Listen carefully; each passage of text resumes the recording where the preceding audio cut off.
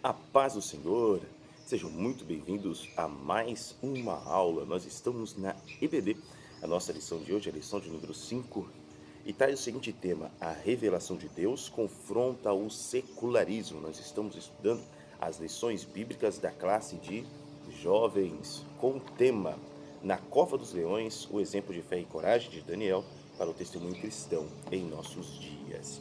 Nosso texto principal está em Daniel, capítulo 2, versículo 19, e assim está escrito: Então foi revelado o segredo a Daniel numa visão de noite, e Daniel louvou o Deus do céu. Daniel, capítulo 2, versículo 19. Resumo da lição: o sonho revelado a Daniel mostra o mundo sobrenatural e que o reino de Deus não tem fim, né? O texto para leitura de segunda-feira está em Josué, capítulo 1, versículo 9, e diz o seguinte: não se apavore, né? Deus vai falar para Josué para ele ser forte, para que ele seja corajoso e para que ele não tenha medo, né? Então, Deus, se direcionando ao seu servo Josué, ele já vai dizer àquele jovem, né? Olha, eu estou contigo, aquele homem já de 40 anos, cerca de 40, 60 anos de idade, eu estou contigo, tá? Eu sou o teu Deus. Então Josué mantém o mesmo vigor da juventude. E agora que Moisés morreu, Deus vai direcionar Josué para fazer com que aquele povo herde a terra prometida. E o que Deus diz a Josué é: não se apavore, não tenha medo dos seus adversários, não tenha medo das nações inimigas, tá? No livro de Tiago, no capítulo 5, no versículo 16, nós vamos compreender que a oração de um justo pode muito em seus efeitos. Então, em um momento de medo, em um momento de dúvidas, ore a Deus. Em um momento de confrontos, em um momento em que você precisa de uma resposta do céu, em um momento em que você precisa que a mão de Deus esteja agindo, esteja trabalhando a seu favor, em aquele momento em que as coisas parecem que são impossíveis de você conseguir fazer, de você conseguir realizar, creia em Deus, ore a Deus. Todas as coisas são possíveis ao que crê. Em 1 Samuel, no capítulo 9, versículos 15, nós vamos compreender que Deus sempre revela, né? Deus revela o oculto, Deus revela o escondido, Deus revela os mistérios. Nada fica oculto a Deus. Nós também compreendemos que Deus não fará nada sem antes revelar aos seus profetas. Nós entendemos lá em Filipenses, no capítulo 2, versículo 3, que nós devemos ser humildes. Deve haver em nós esse mesmo sentimento que houve no nosso Senhor e Salvador Jesus Cristo, que mesmo sendo em Deus, ele se humilhou, né? Tomou a forma de servo e foi fiel até a morte e morte de cruz. Nós compreendemos também, em 1 Coríntios capítulo 2, versículos de 10 a 12, que o Espírito de Deus revela todas as coisas, até mesmo as profundezas de Deus. É um local que apenas o Espírito Santo pode ir, apenas Deus pode ir, né? Porque quem conheceu a mente de Deus, porém nós temos a mente de Cristo. Glória a Deus. Ao Senhor pertencem os tempos e as estações. Deus conhece o passar dos anos, Deus conhece o futuro, Deus conhece todos os eventos que acontecerão em toda a história e além dela. Deus é todo poderoso, é todo sábio, tá? Nosso texto bíblico está em Daniel, no capítulo 2, versículos de 1 a 5, tá? Depois você leia esse texto bíblico aí na sua casa. Você já teve a experiência de ter um sonho e na manhã seguinte não conseguir se lembrar dele, né? Você já teve essa experiência? Sonhou algo, percebeu que era algo importante e gostaria até de se lembrar, mas não conseguiu lembrar de jeito algum? Foi o que aconteceu com Nabucodonosor. No nosso mundo, no nosso século, né, nós compreendemos que esquecer um sonho é algo comum, algo até normal, né? Mas naquela época, né, na Babilônia, nesse período aqui desse paganismo, esquecer-se de um sonho e ficar aflito por lembrar-se dele era um sinal de mau presságio, tá? Então Nabucodonosor fica muito angustiado porque ele se esqueceu do sonho, tem certeza que era um sonho importante, e ele vai solicitar que todos os sábios da Babilônia compareçam diante dele para lhe dar a interpretação do sonho, e não só a interpretação, mas revelar o próprio sonho também, algo que nunca foi pedido antes. Nós vemos no livro de Gênesis que Faraó também teve um sonho. mas ele se lembrava do sonho. Ele contou aos seus servos e os servos não conseguiam explicar.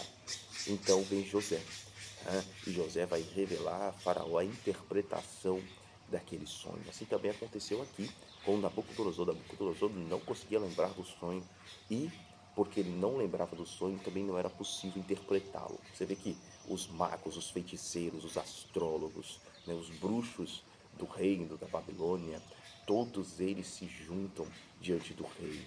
E o rei pede o sonho e a interpretação. E a resposta é: ó rei, diz aos seus servos o sonho. Porque é impossível saber o que o Senhor sonhou, isso só pertence aos deuses, né? E eles não se comunicam com os seres humanos. Então, nós já vemos aqui que esse conhecimento, né, que os caldeus têm, essa religião deles, né, é uma religião que eles acreditam que os deuses não se comunicam, né? A religião deles já falhou aí, já se quebrou nesse momento. Então, em um momento em que eles precisam de uma intervenção divina, eles sabem que não vão conseguir essa intervenção divina, né? Eles estão adorando a deuses que simplesmente são irreais, é impossível ter uma resposta deles. Então, eles tentam buscar as respostas por meio de seu raciocínio, por meio de sua lógica, por meio de estratégias, talvez tentar ludibriar alguém, mas nesse momento é impossível que eles façam isso. Nabucodonosor exige saber o que sonhou e exige a interpretação do sonho. Perceba também que Nabucodonosor, de alguma forma, lembrava de alguma parte desse sonho, de relances do sonho, porque quando Daniel vai trazer a interpretação, ele confirma que é verdade, que é aquele o sonho, tá? E muito além de trazer apenas o sonho, Daniel também vai interpretar, vai dizer exatamente o que significa aquilo ali, tá bom? No primeiro tópico diz o sonho perturbador do rei, um sonho esquecido, né? Então, a primeira ação que o rei vai tomar é convocar todos os sábios. E aqui nós já vamos começar a ver a grande diferença entre um servo de Deus, um profeta de Deus, e um servo de falsos deuses, das falsas religiões, ou mesmo aqueles que são apegados ao materialismo, né? São apegados apenas ao mundo físico, à falha que existe aí. Então, a realidade vai muito além daquilo que se pode ver, a realidade vai muito além daquilo que se pode sentir. A realidade está muito além dos nossos sentidos apenas. Nós conseguimos, com os nossos sentidos, captar uma pequena fração da realidade, mas a realidade começa primeiro num plano espiritual. Né? Tudo veio a existir daquilo que não é visível. Nós compreendemos que pela palavra de Deus os mundos foram criados. Nós compreendemos que do espiritual veio o material e não o oposto. Então, quem abandona o espiritual, quem se apega apenas no racional, apenas no material, está desprezando a maior parte da realidade. Diante disso, esses homens materialistas, esses homens, inclusive, que alguns deles, né, voltados para a espiritualidade, mas no sentido de uma adoração a demônios, todos eles vão falhar agora, porque os demônios também são limitados. Apesar de terem muito conhecimento, eles são limitados, são criaturas, né? E eles só conseguem ir até onde Deus os permitir ir. Então nós vemos Nabucodonosor, nesse momento, com esse sonho esquecido, ele manda uma ordem. Ele manda que serão mortos todos os sábios da Babilônia, porque são imprestáveis. Ele compreendeu que são imprestáveis. Ele podia ter sido enganado outras vezes com interpretações de sonhos. Que poder é esse que eles tinham para interpretações se agora eles não conseguem? Se agora eles não podem revelar o sonho que ele teve? Que poder sobrenatural é esse? São apenas homens. Homens sem o auxílio divino são imprestáveis para Nabucodonosor, então ele determina a morte de todos os sábios da Babilônia. Apesar dos jovens Daniel e seus amigos hebreus, Ananias, Misael e Azarias, não terem ainda uma posição de destaque na Babilônia, eles já são sábios dentro da Babilônia, são reconhecidos entre o grupo de sábios da Babilônia. Então, essa ordem também os atinge, eles também seriam atingidos com a morte, quando Arioque, que é o chefe então dos abatedores do rei, né, ele vai comunicar o que aconteceu e isso chega até Daniel. Daniel vai apressadamente, ele vai pedir ao rei algum período, um espaço de tempo para que ele possa orar a Deus e buscar o sonho e a interpretação. É concedido. É concedido. Daniel, seus amigos vão se reunir, vão orar, um ciclo de oração, né? eles vão interceder a Deus, eles vão jejuar, pedindo misericórdia, e Deus vai intervir. Deus intervém na história, Deus revela a Daniel o sonho, e Deus revela a Daniel a interpretação. Daniel volta ao rei e manifesta a verdade, né, que o sonho de Nabucodonosor é uma revelação divina. Aquele sonho aponta para impérios futuros. Daniel fala isso em um momento em que a Babilônia está no seu apogeu, está no ápice da sua força, está no ápice do seu poder, está no ápice do Império Babilônico, tá? E um imperador ouvir que ele vai ser sucedido, né, poderia gerar morte, mas Daniel, com toda autoridade, com fé, convicção e coragem, ele começa dando glória ao Deus do céu. Ele começa dizendo a Nabucodonosor que aquela revelação os sábios da Babilônia não puderam dar. Os magos, os astrólogos, os bruxos, os feiticeiros não conseguiram alcançar, mas existe um Deus no céu. Então Daniel aponta quem trouxe a revelação.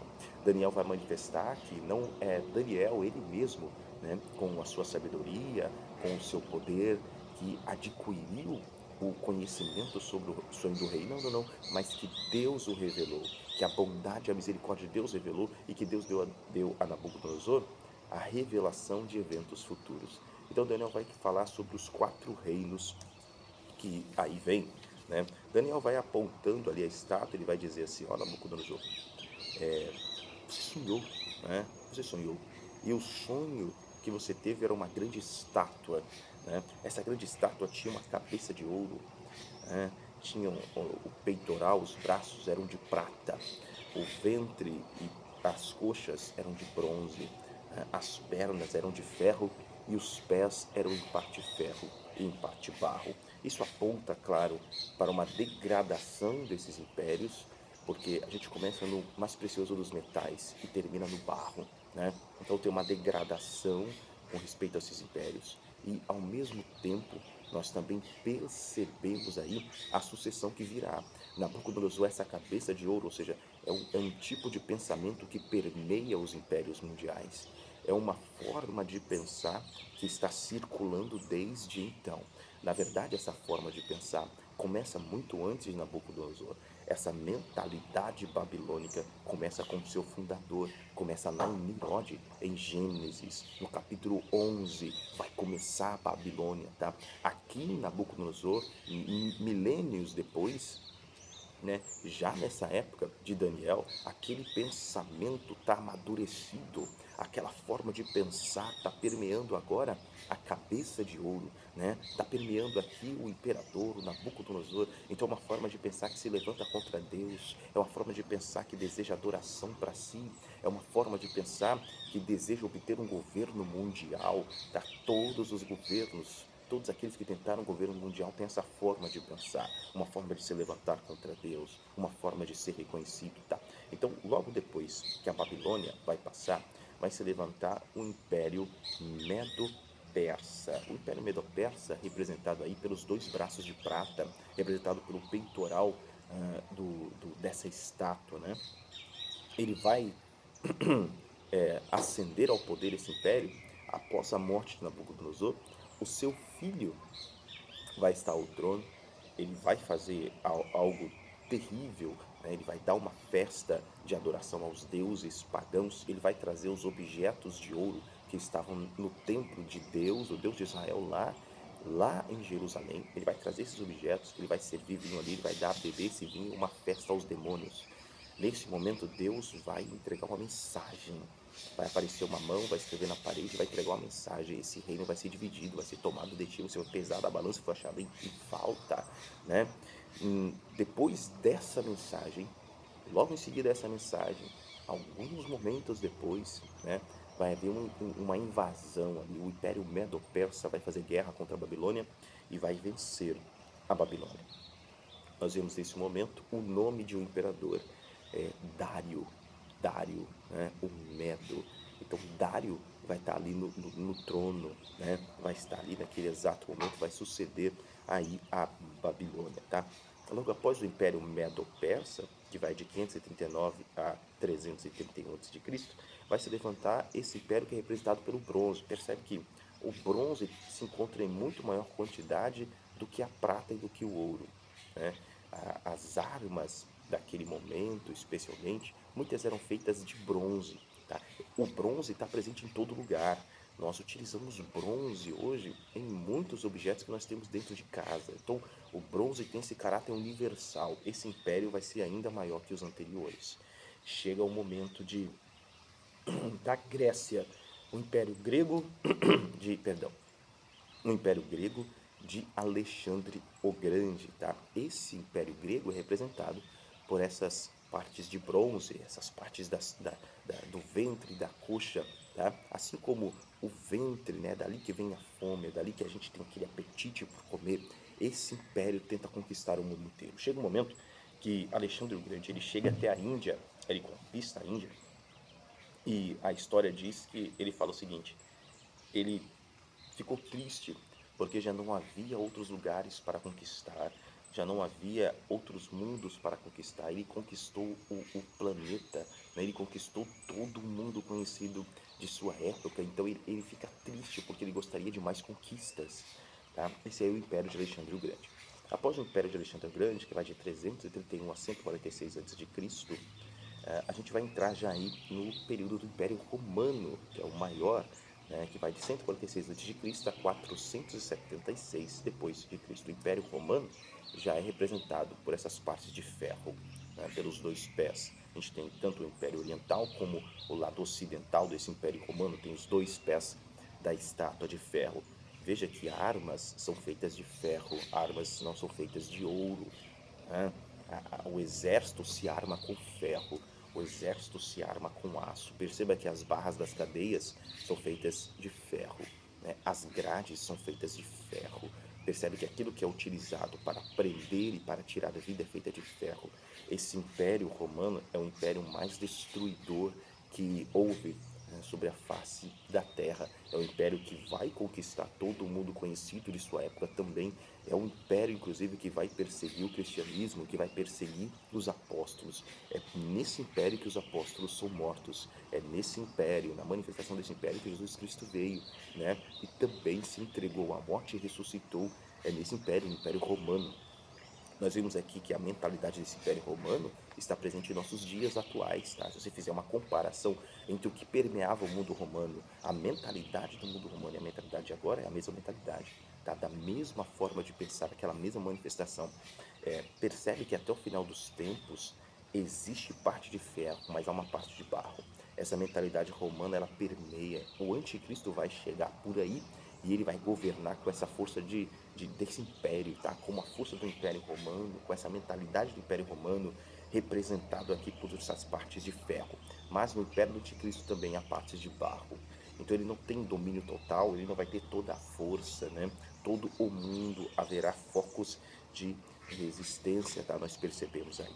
Mas no final do sonho, o Nabucodonosor já compreendeu que existe um Deus no céu que revela os sonhos. Existe um Deus no céu que revela a interpretação. Existe um Deus que não é limitado. Existe um Deus que se comunica com os seres humanos e esse é o Deus de Daniel, né? É o Deus que se compadece do ser humano e que intervém na história. É um Deus que conhece toda a história. Nabucodonosor teme diante desse Deus. Nabucodonosor vai perceber a autoridade que esse Deus tem acima de todos os deuses que são adorados no mundo, né? O Nabucodonosor vai compreender que Daniel e aqueles quatro amigos não são pessoas comuns, são servos verdadeiros de um verdadeiro Deus, né? Então a gente percebe aí que a interpretação dada, ela vai ser recompensada, tá? No final do sonho, Daniel vai dizer, olha rei, você também viu que do alto de um grande monte uma pedra foi cortada, mas sem auxílio de mãos, ou seja, não é um outro império humano, não é um império que vai surgir por mãos humanas, não são os homens que vão construir o último império. Qual é o último império? O último império não são os pés da estátua, o último império é justamente essa pedra. Tem uma pedra que é cortada e lançada sobre os pés da estátua, e quando atinge os pés da estátua, toda a estátua vai se fazer pó e o vento vai levar. Ou seja, é, o governo de Cristo, a gente já está falando do milênio agora, este governo, o reino de Deus na terra, esse governo de Cristo, ele vai atingir a estátua, ou seja, ele não atinge apenas os pés, mas ele vai atingir tudo aquilo que os governos mundiais haviam arquitetado, haviam elaborado, toda aquela forma de pensar, toda aquela forma de filosofia, né? Toda aquela forma política, isso vai ser atingido pelo governo de Deus, pelo reino de Deus na terra, por Jesus Cristo aqui implantando esse reino milenar. E percebe que assim que a estátua é destruída e essa pedra vai crescer, vai se tornar um grande monte, vai encher toda a terra, o governo de Deus é universal. É universal, este milênio é universal, o governo de Cristo sobre todo o mundo. Aleluia. Nós vemos então que o governo de Deus permanece, ele é eterno. Deus jamais perdeu o controle da história, ele vai intervir. Ele vai intervir. Daniel vai ser recompensado por Nabucodonosor e vai se tornar chefe de todos os sábios da Babilônia. Os amigos de Daniel vão ser recompensados. Daniel se lembra dos seus amigos e ele intercede por eles, ele dá indicação para o rei e eles também vão se tornar governadores dentro ali do império babilônico, tá? Então eles alcançam agora essa posição de destaque porque eles foram fiéis no capítulo 1, eles se permanecem fiéis no capítulo 2, eles manifestam um equilíbrio emocional neste momento, que eles ficaram sabendo sobre esse mandamento da morte de todos os sábios, eles se mantêm firmes, se mantêm emocionalmente estáveis, eles buscam a Deus em oração, eles buscam de Deus a resposta. Daniel vai até o rei, né? Ele pede mais tempo. A gente percebe aí que eles não se desesperam, eles estão confiantes em Deus. Aí a gente começa a compreender aqui porque eles estão tão confiantes diante da fornalha de fogo, porque Daniel não se desespera com respeito à cova dos leões, eles permanecem com essa mesma intimidade com Deus, aleluia, essa mesma fé sobrenatural aqui, ela é mantida até o fim da história deles, tá? Esse mesmo equilíbrio emocional ele vai ser mantido, eles não estão em altos e baixos, eles estão mantendo uma constância. Glória a Deus por isso, tá? Então a gente percebe essa infalibilidade do nosso bom Deus e da palavra de Deus em contraposição à falibilidade de todas as formas de religiões politeístas, distantes do verdadeiro Deus, a falibilidade do raciocínio humano, da razão humana, do racionalismo, né? A gente vê isso aí, que o abandono do espiritual é um engano, o abandono do espiritual é um grande erro. A realidade veio a partir do espiritual. Para que a gente possa concluir, o mesmo Deus que graciosamente revelou a Daniel o sonho do rei e a sua interpretação é o mesmo Deus que continua a revelar-se em nossos dias. Assim como ele mostrou sua sabedoria e poder na vida de Daniel, ele ainda hoje demonstra sua presença e cuidado por meio de suas revelações. Podemos buscar a Deus em oração, meditar em sua palavra e estar atentos à sua voz sussurrada em nosso coração. Glória a Deus que responde aos seus servos. Deus te abençoe, em nome de Jesus.